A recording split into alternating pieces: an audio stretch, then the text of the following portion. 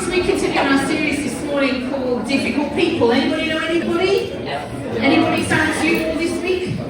Yeah, I know one or two folks have mentioned to me they've had some interesting conversations with folks this week, not just in their connect groups about what we talked about last week, but they found one or two more difficult people that they could add onto the list this week. So no matter who you are or where you work, you're always going to come across difficult people. No matter which church you go to, I can guarantee there will be one. One of them. In every church, there's always one. And I'll let you know who it is right now. No. Not at all. You try to adjust, don't you? You choose your battles, you give them some space, but still they drain your energy and they steal your joy. Now, our world is smattered with critics. Read the news, listen at the office, the shop counter, at the polling booth maybe this week, and stand in the kitchen even long enough, and you will hear those who've mastered the art of criticism. They smile and stab. Nitpickers, gossips, moaning myrtles, whine anonymous. And they train their minds somehow with incredible precision. Develop this gift to see the negative in everything and everyone. So, anybody want to be a critical person here today? Anybody working on it? Anybody asking the Spirit to help? No, you're not. But the thing is, let me give you a few pointers as to how to be a critical person. Number one, walk in the flesh. Forget faith. Forget hope. Rely on your own resources, sources, and negative perspective. Ignore the power and the goodness of God. Number two, focus on your flaws. Never mind any. Start with you. There's loads. Start in front of the mirror daily. Call yourself a failure and avoid dealing with your own issues. Who needs to be self-aware? This will give you plenty of time to focus on everybody else's issues. Thirdly, reject grace. If you've not experienced God's love and forgiveness, it's easier to project, isn't it? It's easier to project judgment on others and face yourself. Fourthly, be pessimistic. If someone sees the good, shoot it down. Grumble, discourage, moan, whine, dim the light wherever you go. Fifthly, cling to insecurity. Why celebrate others when you can knock them down and make yourself feel better? Sixthly, refuse to grow up. Let disappointments fester. 1986, they offended me. Why should you always be the adult? Rather than mature, let your cynicism lead you to criticism and walk away. Don't renew your mind. Why bear with others in love when you can mock and laugh at their failings? Hold grudges. Bitterness and resentment is easier than forgiveness. Let others squirm. And finally, stick with the basement crowd. Keep your expectations low and drag others down with you. So that's what you want to be folks, then off you pop. You're wasting your time here.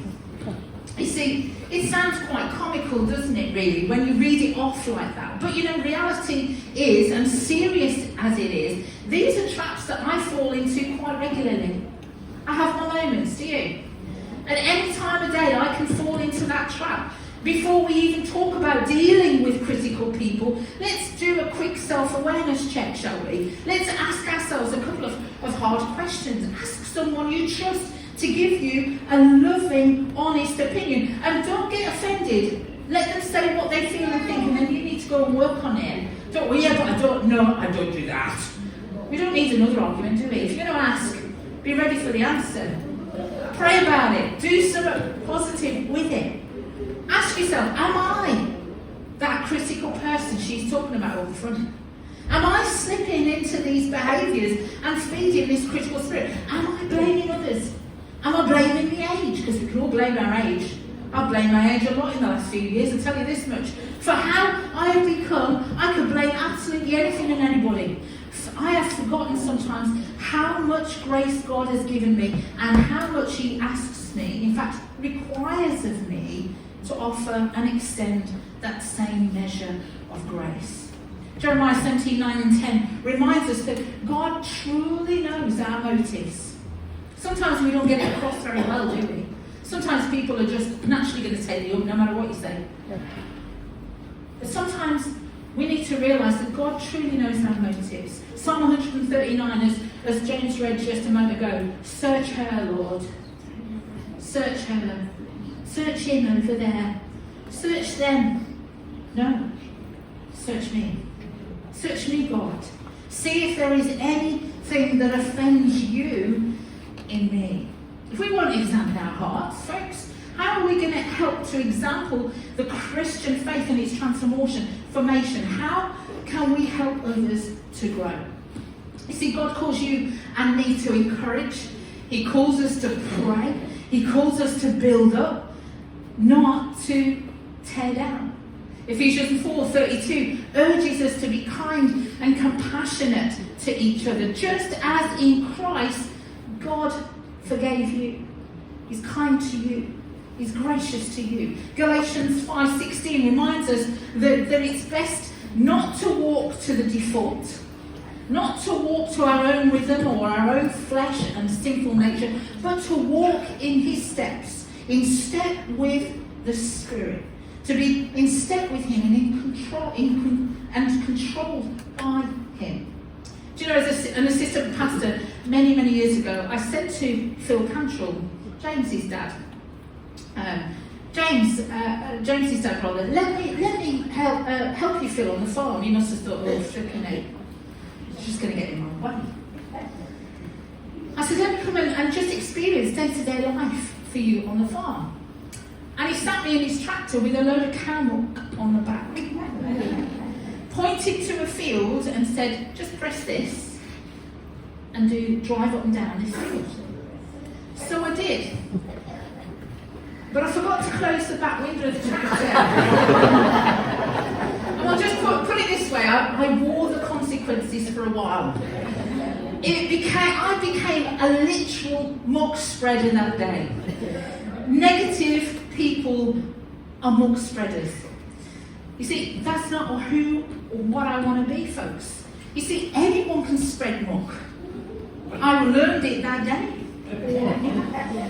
Criticism, muck, woe, negative, just for prayer, gossip. But you know what? It usually ends up all over themselves. I don't want to be a muck spreader, folks. I want to be a spreader of joy. I want to be an encourager. Even when I don't agree. Even when sometimes I feel like my opinion hasn't always been heard the way. I want to be an encourager anyway. I want to pray for people anyway. I want to try and understand where people are struggling and where they're at and why they're responding. Maybe you have a really healthy self-image. But if you're like me, my default is to be my own worst critic. Anybody else?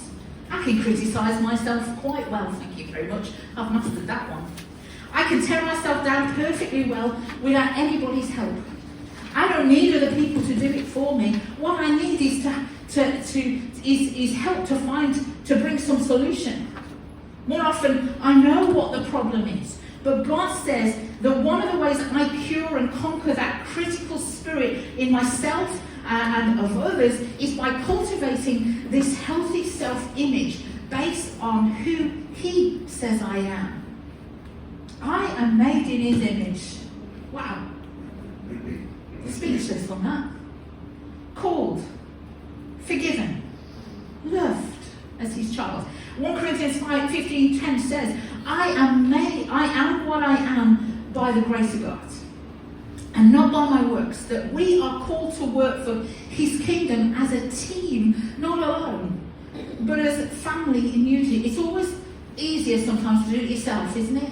Less hassle, less falling out. You just fall out with yourself, don't you? Get frustrated with yourself and nobody else. God calls us to family. Who knows, family is not always easy. Church is never going to be all that easy all the time. You see, the problem with being critical is that critical people don't just damage others, they lose themselves. Their world becomes joyless and grey, but instead of reacting negatively to them, shall we try and model a better way? Shall we try and show them what it's like to see life through grace-filled, rose-tinted glasses again? To see God's activity, his fingerprints over their world again. To see people, yes, with all their flaws, let's be real folks, but to see the potential and to inspire higher ways, to love people as he does. Let me confess, when we lived in Hook Norton down in Cotswolds, Mark must have thought I'd gone nuts, absolutely crazy to be honest, because I started to notice every road sign, and they were filthy. You couldn't read the sign. You couldn't read the sign on our own street. And it's like I started to get really vexed about this. I'd be pointing my finger, I'd be airing my disgust, and I would just go, look at the state of that. I'd be driving, look at the state of that. I even joked about sneaking out late at night to clean them myself, to save myself getting sued by the council or something, you know. But then God gave me a sign. He gave me a sign. And as I drove out of our street one day, there was this lady with a bucket and a sponge, and she was cleaning my road sign, my street. And with utter relief, I wound down my road window. Do you remember that day? We sat at this T-junction, and I wound down my window and I thanked her. I said, thank you so much. Aren't they filthy? And I still criticise the state that council's road signs. And it turns out she's the parish warden. She was as annoyed as I was. But instead of moaning, she did something about it. She was annoyed, but she did something about it. For 2 months, that summer, I became her assistant. I know, Hook Norton, sign cleaner. Every day off on a Wednesday, I would be out there, wouldn't I, with my bucket and I even bought a special kit, put it in the boot of the car, I tell you, the council's still owning. Just a bit for you to charge back, you know. The same hands, folks, that pointed the finger, suddenly started to clean the signs. And despite, I have to say, there was one day I'm on my knees, I'm sweating buckets and everything, and there's a woman, a lovely old lady, I'm sure normally, but in that moment I could have swum for it. Anyway, see this dust? You can see this big cobweb. I'm obviously in the cleaning mode. We can. Anyway, so she opened her window as I had done, right? And I'm thinking, oh, she's going to thank me. She's going to thank me. She opened her window and she says, "You've missed a bit." You've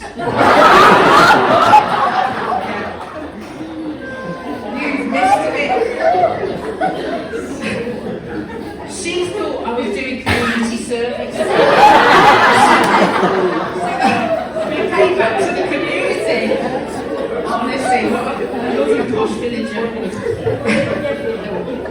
You see, folks, you can either curse everybody around you and criticise everybody around you. You can either curse the darkness or you can light a candle and pick up a sponge. What are you going to do? You see, it's always easy to give your opinion. It's always easy to criticise. Let me take you back a few years and let's just watch this little clip.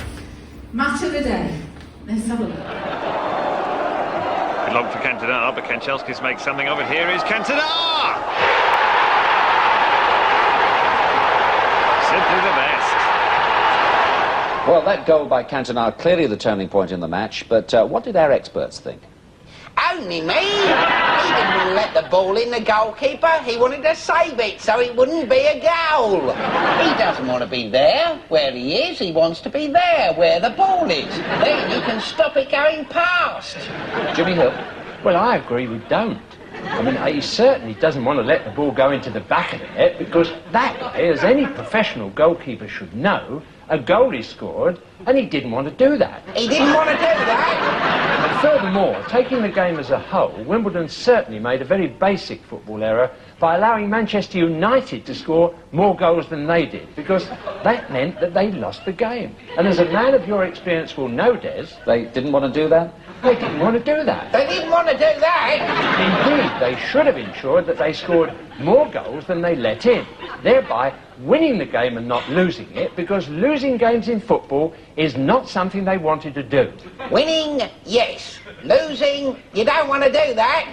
I'm glad to see I finally met someone of a like mind.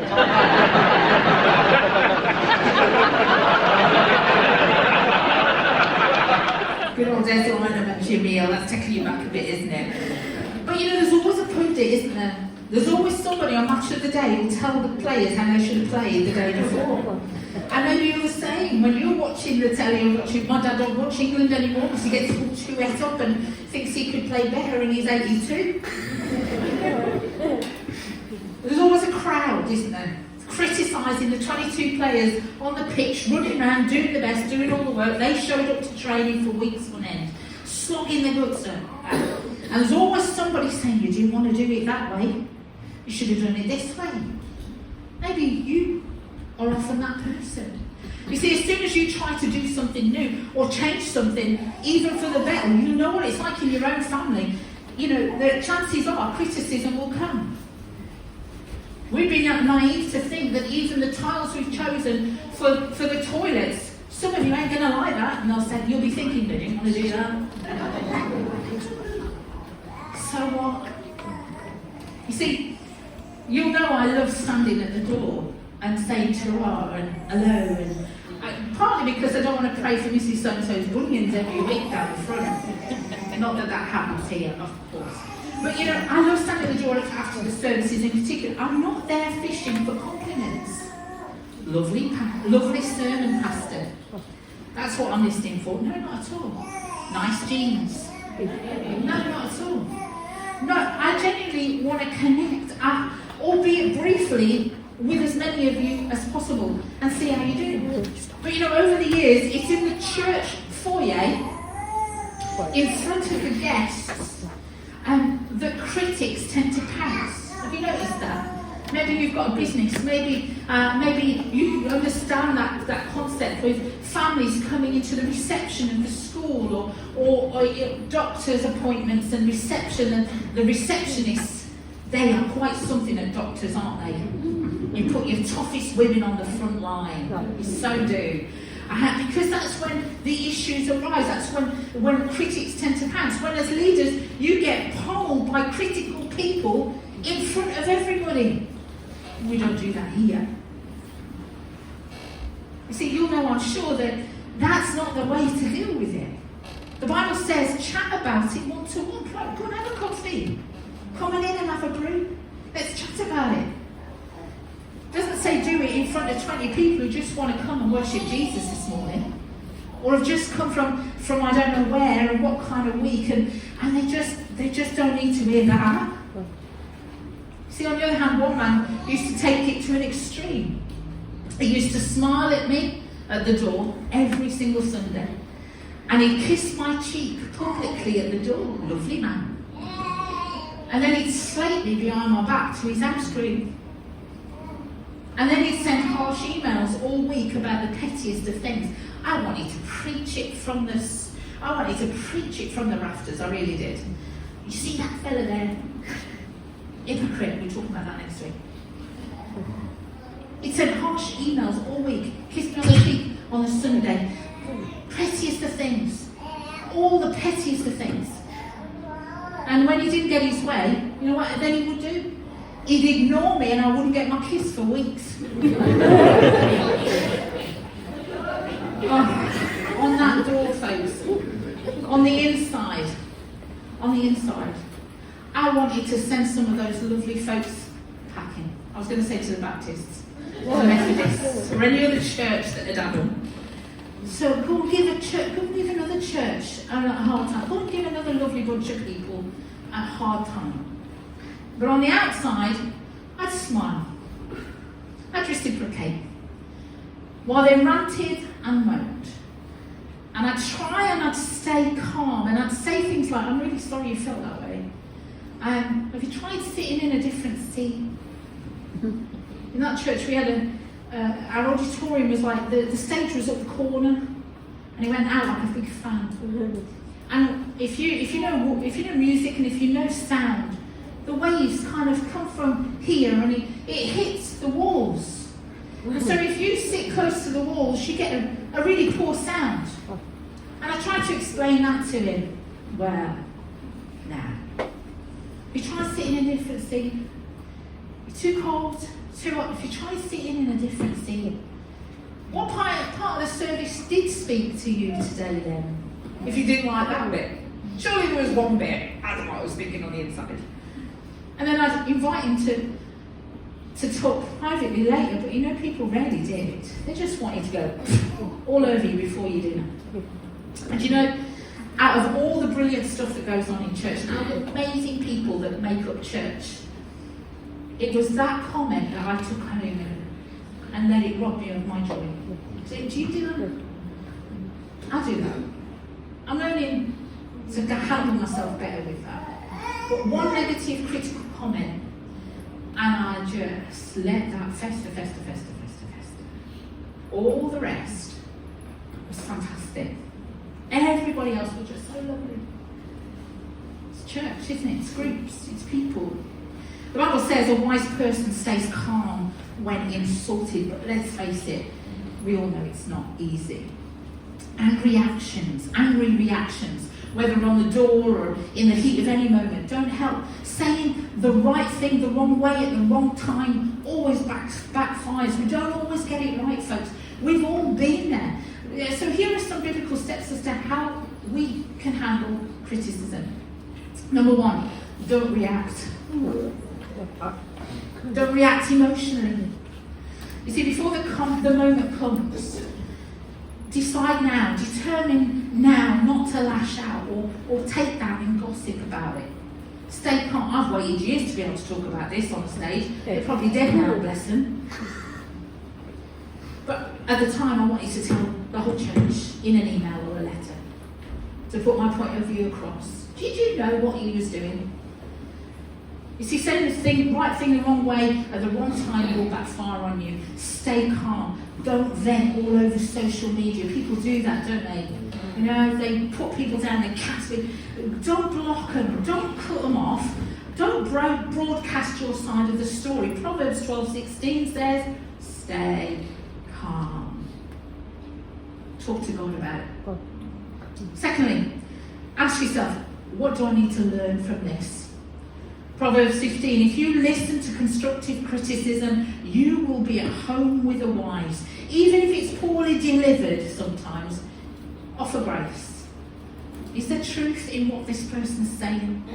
You see, we appreciate some of you are listening today, and some of you will be chilling.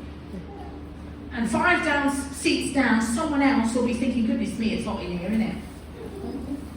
And we appreciate not everyone's going to like all the songs that we sing all the time. Years ago, every Sunday without fail, in protest of the loudness of the band, and it wasn't inappropriately loud, but this one chap used to stand up and he'd get these like earplug things, and he would stand up in the row, and it's quite a tall chap, and he would take his earplugs, and it was like a weird dance. As if we hadn't seen it, but he wanted to make sure everybody did. Anyway, it was always like that. That's how we interpreted it, and it became a bit of a chuckle really again because it was just so silly, really silly. And I approached him one day and I said, "You know this weird earplug dance thing you're doing?" And I suggested, like I said to you, sit away from the walls. Brick walls. You're hearing things 2 or 3 times, you know, it's weird. Go and sit somewhere slightly different. Change seats, try a few different places. He didn't listen. And then he left the church. Too hot, too cold, too loud, not loud enough, too much distraction. I'll tell you what to do. If you get distracted, right, There's always something that someone will distract you in any auditorium or group, whether it's the cinema or whether it's usually popcorn and people that eat with their mouths open, and then it's like, you know, you sit closer to the front. And I'll tell you for why it's really biblical and very spiritual, this. Peripheral vision. If you're distracted and you're sat towards the back and you're starting to get miffed with Mrs. So-and-so over there and Mrs. So-and-so over there and look at them picking their nose and all of that, you get distracted. I'll tell you what you do, you come close to the front. And this is what happens. You get to see me. I'll distract you. Do you know what I mean? Simply move to the front. Think about it. Don't go home in a mess or a misery. Don't come back saying, I'm not... Listen, folks, I can preach this because you don't do this, really. You're not a moany church. You're not a moany church. Look you are serious, I tell you. I can preach this. This is a safe place, isn't it? This is family. Folks, and I'm teaching you stuff, I hope today, that won't just take you to next Sunday. It will help you to do church forever and a day till you see him face to face. Till he calls his church home. Right? Come close. Come a bit closer. Sort your distraction levels out. Only you can deal with that. I can't go around telling them. Mrs. So-and-so says you're distracting them. That don't work. Work it out. Sort it out yourself. This guy left the church. Sad. Very sad. Ask yourself, who's doing the criticising? Is your critic trustworthy? Do they have the best interest at heart? Proverbs 12, an honest witness tells the truth. A false witness, guess what? Tells lies. Some people make cutting remarks, don't they? But the words of the wise bring healing. Ecclesiastes 7, think about it, folks. It says, it is better to be criticised by a wise person than praised by a fool. Words that humble us can be helpful. Words that humiliate, nah. Not having that. Don't take those on board. Don't let them get to you. Don't take it home and ruminate over them over your lunch and then the rest of the week. Reject the words of that person, not the person of the words. There's a difference. Check your conscience. Number 4. Can you, like Paul in 1 Corinthians 4, say, my conscience is clear, God. If so, then believe it with God. He sees your heart, he's got your motivation, he's got his motivation X-ray machine. He sees the bigger picture, the backstory of why you're copying it from that person again today, and leave the final outcome to him. You do not have to fix everything. Not everything is your battle and your fight. So, gleaning constructive criticism from people's comments. Great. How do we give constructive criticism? I'm sure many of you have been on the management course. You've heard it. If you can't take it, don't give it. But if you must offer correction, please pray. Please pray about it. That's where you start with things, isn't it? Let it marinate. One thing I learned from one previous senior pastor was that sometimes he gave so much grace, I wanted to go in and sort it out for him. But he gave people more grace than they deserved, in my humble opinion. But you know something? It was he was praying about it, let it marinate. And some of those issues were not really issues at all. They weren't. You gave it time. Sometimes they blew themselves up. But you know, the issue may not be yours. The battle may not be yours to fight. Sometimes you don't have to bring up every little thing. And then ask yourself these 4 questions first, because it might just save you a headache. Number 1, am I trying to help when I give constructive criticism? Am I trying to help? Or am I just saying this to look good and superior and put everybody down? Am I being judgmental? Am I just being picky? Have I just had a bad week? Am I just trying to find someone to blame? Or am I offering a solution? And not just pointing out the problem? See, not even God just analysed your sin and your mess, or your mistake. He offered a remedy, didn't he? Romans 5, while we were still powerless, Christ pointed the finger at us and said, you should have done better, remember. No, he didn't. You didn't need to do that. No, he didn't say that. While we were still powerless, Christ died for the ungodly. He didn't just give us an analysis of our problem, he offered himself as the solution. One man, this is not against men, just so you know, it's just that the illustrations were all meant for today. One man used to highlight every typing mistake on the words. You know, there's some words, right? Everywhere. We have to have people, more often than not, who type them lesson in. They come in the week, or they come in early and they type songs in, and they check it all out. They're here from 8:15 in the morning on a Sunday. And they've typed it all in. This guy used to just criticise it, every little thing. Did you know you've missed an exclamation mark out? No. Do you know where? Did you know that you didn't put capital H for him? You're referring to Jesus. And I get that. And if I'm really honest, it annoys me. Every service at the door, in the foyer, in front of everybody, from Yenekta, he never offered a solution. Never. And then I realised, Jesus gave me another sign. He was my solution. I asked him if he'd like to join the tech team.